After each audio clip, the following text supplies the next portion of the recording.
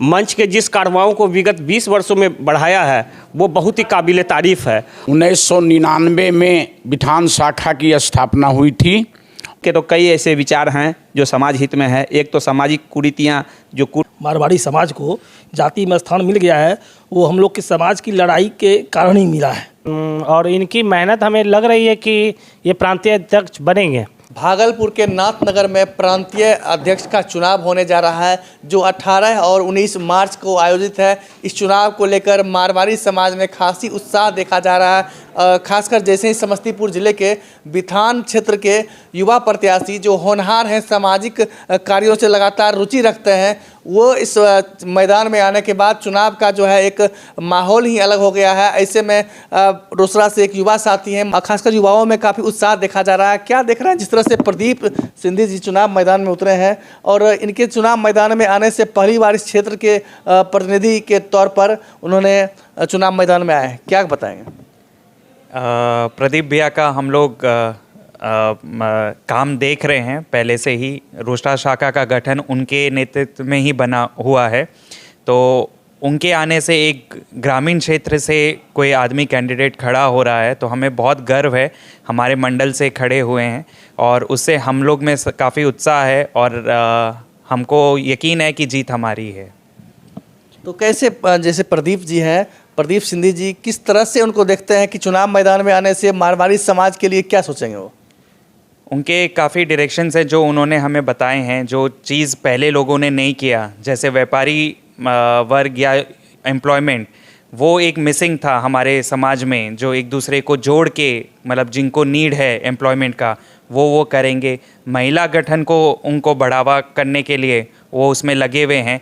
ज़्यादा से ज़्यादा और मेंबर्स को जोड़ने का वो उन्होंने प्रण लिया है, जो मतलब उन्होंने उसमें अपने मैनिफेस्टो में भी डाला है। उसके अलावा उनके जो ऑलरेडी उन्होंने इतने सारे कार्य किए हैं हर साल, जैसे ब्लड बैंक के लिए हमें प्रोत्साहन कराना, कोविड के टाइम ऑक्सीजन सिलेंडर और का वितरण कराना, और कोई भी इवेंट होता है जैसे हम लोग का आनंद सबके लिए एक इवेंट होता है, उसमें प्रोत्साहन कराना, स्कूल में जाके बांटना और करा, तो ये सब तो ये ऑलरेडी कर रहे हैं।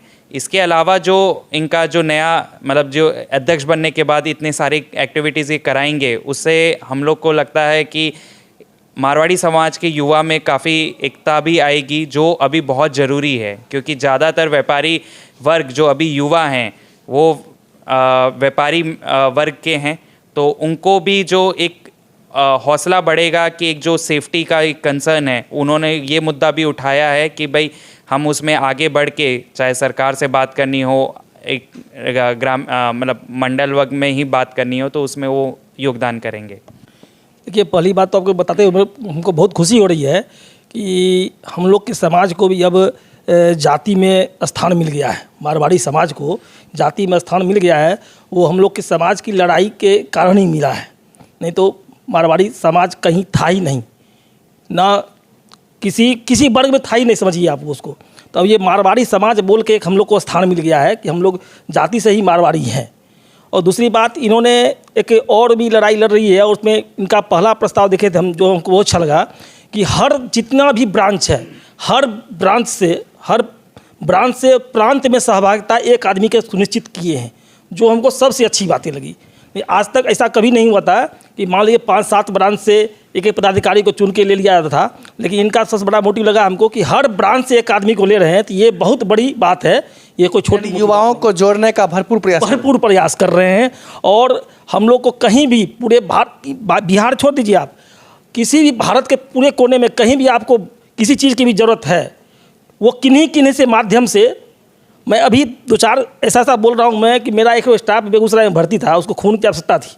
इनके एक फ़ोन पे, जबकि आप लोग जानते होंगे कि पहले ब्लड देने के बाद आपको ब्लड मिलती है, लेकिन उनके एक विश्वास पे लेने के बाद तुरंत उनको ब्लड की आवश्यकता हुई और तुरंत उन्होंने ब्लड उसको जो है सो मुहैया करवाया। उसके बाद जो भी कार्यक्रम था उन्होंने करवाया। तो ये इनका एक तो तक बोलने के बाद तुरंत उस पर एक्शन लेते, ये नहीं कि हो रहा है जा रहा है, ये नहीं, ये बहुत बड़ी अच्छी लगती है। जिस तरह से आज हसनपुर में आप लोगों ने बैठक किया है और प्रदीप सिंधी जी के पक्ष में मतदान करने का जो आह्वान किया है, तमाम जो आपके संघ हैं, जब जहाँ जहाँ प्रांत हैं, तमाम लोगों से इस चीज़ का आह्वान किया है। और आप जिस तरह से लगातार हसनपुर के युवाओं में काफ़ी उत्साह देखा जा रहा है और आप खास करके आपकी एक अनुभव रही है, अपनी एक अनुभव रही है, पूर्व प्रांतीय उपाध्यक्ष रहे हैं हसनपुर का। तो देवी प्रसाद अग्रवाल जी हैं, इनसे बात करेंगे। लगातार आप लोग इनके पक्ष में मतदान करने को क्यों कर रहे हैं? इनमें ऐसी योग्यता है। 1999 में विधान शाखा की स्थापना हुई थी और तब से ये इसमें पूर्णतः अपना सर्वस्व दे रहे हैं और पूर्ण योग्यता के साथ इन्होंने अपने को योग्य दर्शाया है। इन्होंने अपने क्षेत्रों में काम किया है। अभी इनका विजन जो है सो बहुत ही अच्छा है, इनकी सोच बहुत अच्छी है। इन्होंने इस बात का जोड़ दिया है, आश्वासन भी दिया है और इन्होंने जोड़ भी दिया है, जो हमारी शाखाएं बहुत सी ऐसी हैं जो निष्क्रिय हैं। क्यों निष्क्रिय हैं, तो उनको कैसे सक्रिय किया जाए, ये इनके पास विजन है। आज हम युवाओं में बेरोजगारी की समस्या है, तो इनके पास ये विजन है कि हम एक ऐसा मंच, ऐसा प्लेटफार्म स्थापित करेंगे जहाँ से क्या नाम है, एक दूसरे से संपर्क के माध्यम से रोजगार का सृजन होगा, हमारी व्यापारिक संपर्क बढ़ेंगे और क्या नाम है, लोगों को व्यापार भी मिलेगा।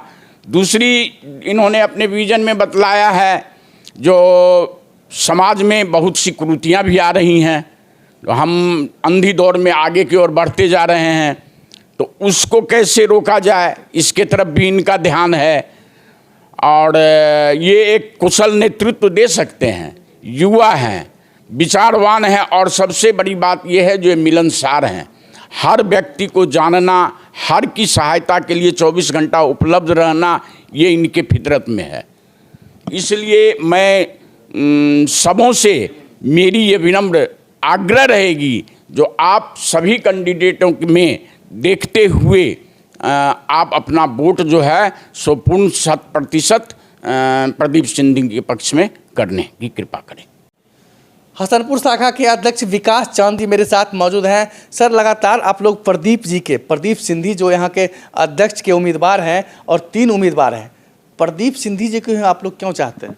सबसे पहले तो मुझे बताते हुए ये गर्व हो रहा है कि प्रदीप सिंधी जी हमारे सहोदर भाई के समान है, क्योंकि विधान शाखा जहाँ से वो अभी उम्मीदवार हैं, वो हमारे हसनपुर शाखा की जननी, मतलब उनका प्रादुर्भाव हुआ है। विधान का प्रादुर्भाव हसनपुर से हुआ है, तो हसनपुर जननी शाखा है विधान की।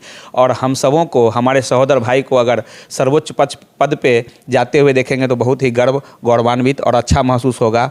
ये तो एक बात है, लेकिन दूसरी बात ये है कि हमारे भाई प्रदीप सिंधी जी 1999 से लगातार मंच को अपना योगदान देते आ रहे हैं और हम लोग ग्रामीण शाखा से जुड़े हुए हैं। तो एक ग्रामीण क्षेत्र में क्या क्या तकलीफ़, कठिनाइयाँ और परेशानियाँ होती है आज के हसनपुर मारवाड़ी समाज में देखने को मिल रहा है। इनका अपना मैनिफेस्टो है कि ये विचार करके उस चीज़ में, उस त्रुटि में सुधार लाएंगे और जहाँ समाज में कोई भी अगर खाइयाँ हैं उसको पाटेंगे, ताकि आगे मारवाड़ी समाज में भी जो है संबंध का सिलसिला जो है सुचारू रूप से चलता रहे। आलोक मुरथालिया जी हैं, जो हसनपुर से आते हैं और प्रांतीय संयोजक के पद पर रहे हैं, चिकित्सा प्रकोष्ठ के प्रांतीय संयोजक रहे हैं और खासकर प्रदीप सिंधी जी के साथ आप 2 वर्ष तक लगातार काम किया है। क्या लगता है प्रदीप सिंधी जी इस योग्य हैं जिस पद से चुनाव लड़ रहे हैं? नहीं, योग तो हैं और इनकी मेहनत हमें लग रही है कि ये प्रांतीय अध्यक्ष बनेंगे। और अगर इन्होंने थोड़ी सी और मेहनत की तो जैसे हमारे वर्तमान प्रांतीय अध्यक्ष विकास कंडेलिया जी, वो एक अच्छे टीम के साथ उन्होंने बहुत अच्छी काम की, जिसमें हमें संयोजक बनाया। उनके लिए पहले प्रांतीय अध्यक्ष जी को धन्यवाद मैं देता हूं और मुझे लगती है कि उसी तरह से प्रदीप सिंधी जी अपनी टीम के साथ चलेंगे। खासकर आप तमाम युवाओं में काफ़ी उत्साह देखी जा रही है प्रदीप सिंधी के साथ में, ऐसा क्यों? एक्चुअली इन्होंने हमेशा साथ लेके चला। खगड़िया के उज्जवल तुलसियान जी हैं मेरे साथ, अभी हसनपुर में मौजूद हैं। अभी जिस तरह से प्रदीप जी चुनाव मैदान में आए हैं और प्रांतीय अध्यक्ष का चुनाव लड़ने जा रहे हैं, और आप लोगों का उसमें क्या सहयोग है, क्या सहभागिता है?